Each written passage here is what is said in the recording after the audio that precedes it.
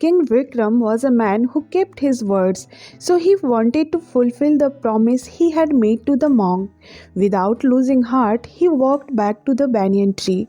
There, he once again saw the corpse hanging on the branch. With great courage, he climbed the tree and took the corpse. Slinging it on his shoulder, he proceeded towards the monk. Then Vetal spoke up. You are true to your words, King Vikram. I hope you are doing all this just to keep your promise. Because if you are helping the monk in greed of wealth or beautiful maiden, then it's not worth.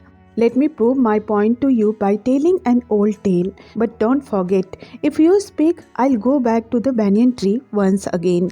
King Manik Barma ruled a rich and happy kingdom of Manidweep. He was an able administrator and all the people in his kingdom were happy and content.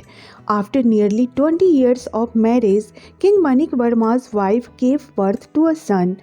The prince was named Sudhir. As he grew up, he was loved and respected by all the people of the kingdom. He was a considerate, law-abiding and righteous young man and had all the good qualities that his father King Manik Varma had. By the time Prince Sudhir came to be 20 years of age, King Manik Varma had grown very old. He was weak in body and mind too. He used to forget a lot of things, so he felt that he was no longer fit to rule Manidweep anymore. The king thought, now I must hand over my throne to Prince Sudhir. I'm sure he will prove to be a good king, but he must first of all marry to continue the royal lineage. So King Manik Barma inquired about suitable girls to become Sudhir's wife. After some days, he decided on getting Prince Sudhir married to Princess Ratnaprabha of Ratnagiri. Showing her picture, the king addressed Prince Sudhir, Son, look at this beautiful princess. I have chosen her to be your life partner. Now you must marry her and then take up the responsibilities of Manidweep.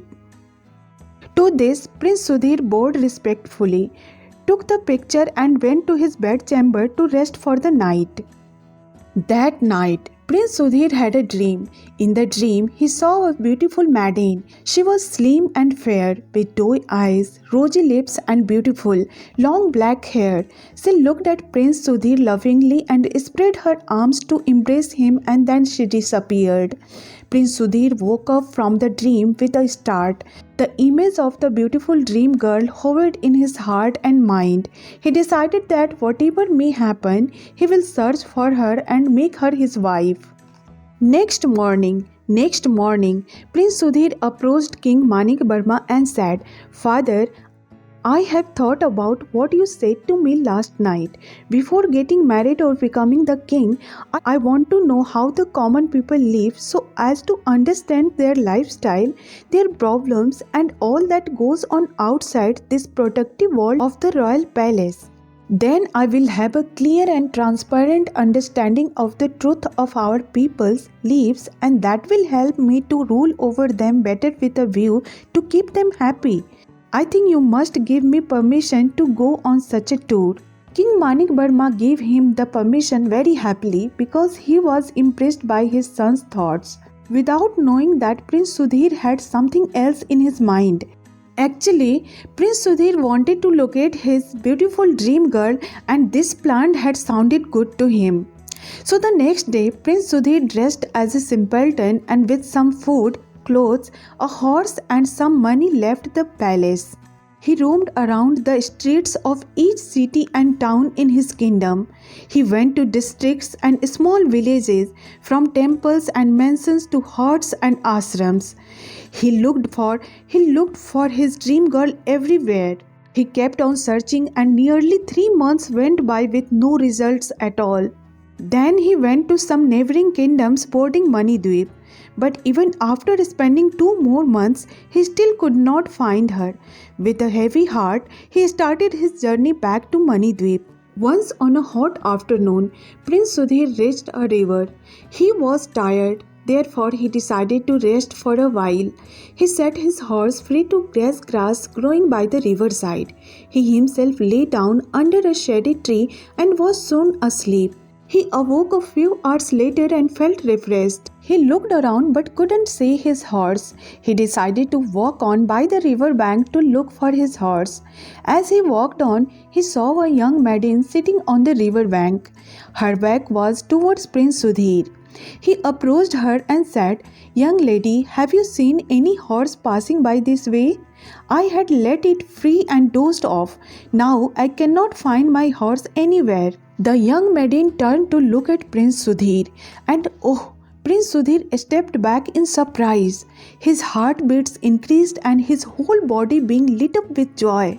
Sitting in front of him was the dream girl he had been searching for months. Seeing his dream girl in flash made Prince Sudhir overjoyed. He said, "Oh, I have found you. All these months I have been looking for you everywhere, and here you are at last. I had seen you in my dreams and I have loved you ever since. Now tell me, will you marry me?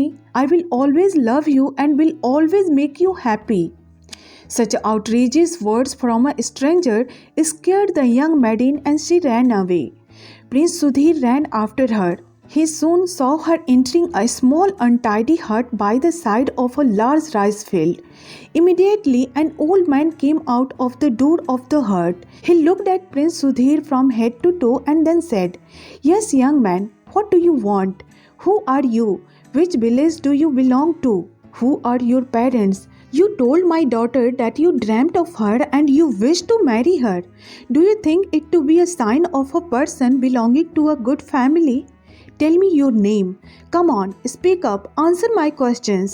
The shower of questions took Prince Sudhir's breath away. He looked hopeless and then, in a disappointed tone, he said, "I'm just a fool, and that is the answer to all of your questions, sir." With these words, Prince Sudhir left the place. He soon found his lost horse and rode back to the capital. In a few days, he reached the royal palace. He was crowned the king of Manidweep and then his marriage was held. His bride was the beautiful princess of Ratnagiri named Ratnaprabha. The king Sudhir and queen Ratnaprabha reigned over Manidweep for many years. He proved himself a just and kind king like his father. He made Manidweep a truly prosperous kingdom than before. Then Vetal said, "King Vikram, you have heard the story. Prince Sudhir went through so much hardship to search for her dream girl and then he at last found her. But when her father asked him questions, why did he claim to be a fool? Why did not he tell about himself and marry his dream girl? Was he really a fool? Answer me, King Vikram. But remember, I know it well that you know the right answer to my questions.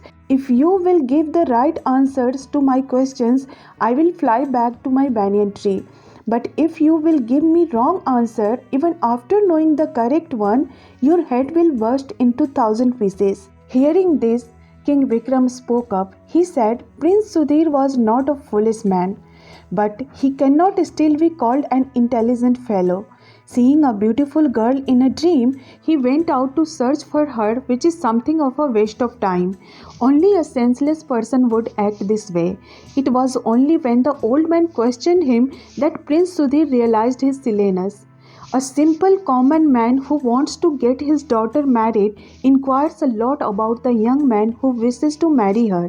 But he, being a prince, never stopped to think and inquire about the girl who he wished to marry and who would hold the responsible and prestigious position of a queen.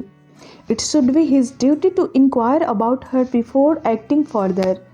The dream girl may have been very beautiful indeed, but he must first find out if she was fit to be a queen or not. It is not necessary that a beautiful woman also possess a beautiful nature. To marry her without testing her qualities would not be sensible. Prince Sudhir realized this when he was faced with the old man's queries. That is why he did not speak much and left for his palace. Then, as a sensible and responsible son and king, he fulfilled all his royal and personal duties. To this, Vetal said to the king, "Ah, King Vikram, your understanding of the human nature has been displayed by your very sensible reply. But now, because you have spoken, so nothing can stop me from flying back to my favorite tree. With these words, Vetal flew back to the rest on the banyan tree.